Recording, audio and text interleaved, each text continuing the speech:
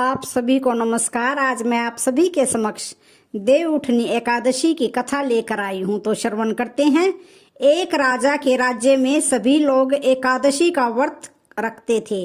प्रजा तथा नौकर चाकरों से लेकर पशुओं तक को एकादशी के दिन अन्न नहीं दिया जाता था। एक दिन किसी दूसरे राज्य का एक व्यक्ति राजा के पास आकर बोला, महाराज कृपया करके मुझे नौकरी पर रख ले। तब राजा ने उसके सामने एक शर्त रखी कि ठीक है, रख लेते हैं, किंतु रोज तो तुम्हें खाने को सब कुछ मिलेगा, पर एकादशी को अन्न नहीं मिलेगा।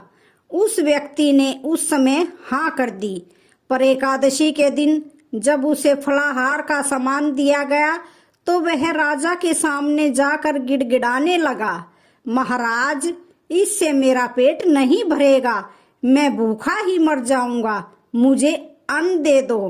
राजा ने उसे शर्त की बात याद दिलाई, पर वह अन्न छोड़ने को राजी नहीं हुआ। तब राजा ने उसे आटा, दाल, चावल आदि दिए। वह नित्य की तरह नदी पर पहुंचा और स्नान कर भोजन पकाने लगा। जब भोजन बन गया तो वह भगवान को बुलाने लगा, आओ भगवान, भोजन तैयार है। उसके बुलाने पर पीतांबर धारण किए हुए भगवान चतुर्भुज रूप में आ पहुँचे तथा प्रेम से उसके साथ भोजन करने लगे। भोजन आदि करके भगवान अंतर्ध्यान हो गए तथा वह अपने काम पर चला गया। 15 दिन बाद अगली एकादशी को वह राजा से कहने लगा कि महाराज मुझे दुगना सामान दीजिए। उस दिन तो मैं भूखा ही रह गया। राजा ने कारण पूछा तो उसने बताया कि हमारे साथ भगवान भी खाते हैं, इसलिए हम दोनों के लिए ये सामान पूरा नहीं होता। यह सुनकर राजा को बड़ा आश्चर्य हुआ। वह बोला, मैं नहीं मान सकता कि भगवान तुम्हारे साथ खाते हैं। मैं तो इतना व्रत रखता हूँ, पूजा करता हूँ, पर भगवान ने मुझे कभी दर्शन नहीं दिए। राजा की बात सुनकर वह बोला, महाराज यदि विश्वास न हो तो साथ चलकर देख लें।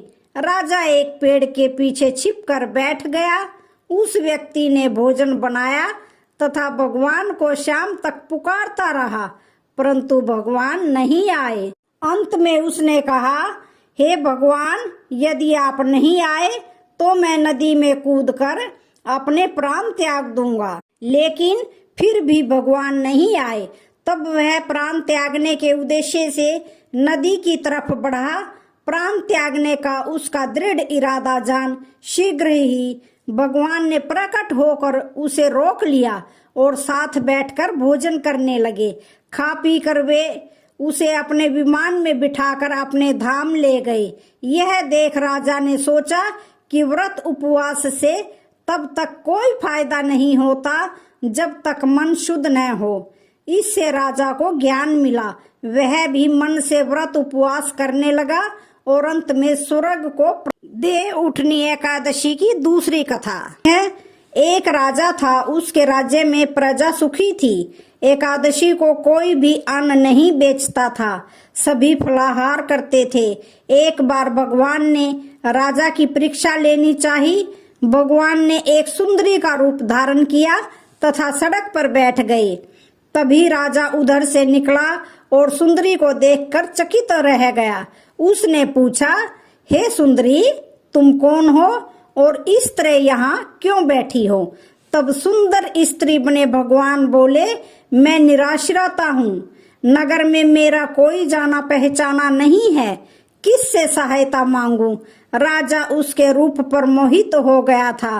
वह बोला, तुम मेरे महल में चलकर मेरी रानी बनकर रहो। सुंदरी बोली, मैं तुम्हारी बात मानूंगी, पर तुम्हें राज्य का अधिकार मुझे सौंपना होगा। राज्य पर मेरा पूर्ण अधिकार होगा। मैं जो भी बनाऊंगी तुम्हें खाना होगा। राजा उसके रूप पर मोहित था, अतः उसने उसकी सभी शर्तें स्वीकार कर ली। अगले दिन एकादशी थी। रानी ने हुक्म दिया कि बाजारों में अन्य दिनों की तरह अन्न बेचा जाए। उसने घर में मांस, मछली आदि पकवान बनवाए तथा परोस कर राजा से खाने के लिए कहा। यह देखकर राजा बोला, रानी आज एकादशी है, मैं तो केवल फलाहार ही करूंगा। तब रानी ने शर्त की याद दिलाई और बोली, या तो खाना खाओ, नहीं तो मैं बड़े राजकुमार का सिर काट दूंगी। राजा ने अपनी स्थिति बड़ी रानी से कही तो बड़ी रानी बोली, महाराज धर्म न छोड़ें, बड़े राजकुमार का सिर दे दें। पुत्र तो फिर मिल जाएगा पर धर्म नहीं मिलेगा। इसी दौरान बड़ा राजकुमार खेल कर आ गया।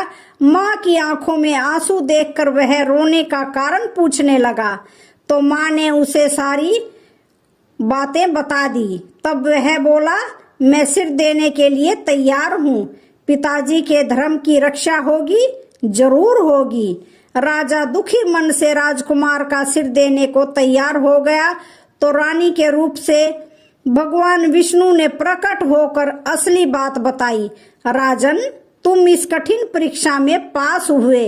भगवान ने प्रसन्न मन से राजा से वर मांगने को कहा तो राजा बोला, आपका दिया सब कुछ है, हमारा उद्धार करें। उसी समय वहां एक विमान उतरा। राजा ने अपना राज्य पुत्र को सौंप दिया और विमान में बैठकर परम धाम को चला गया।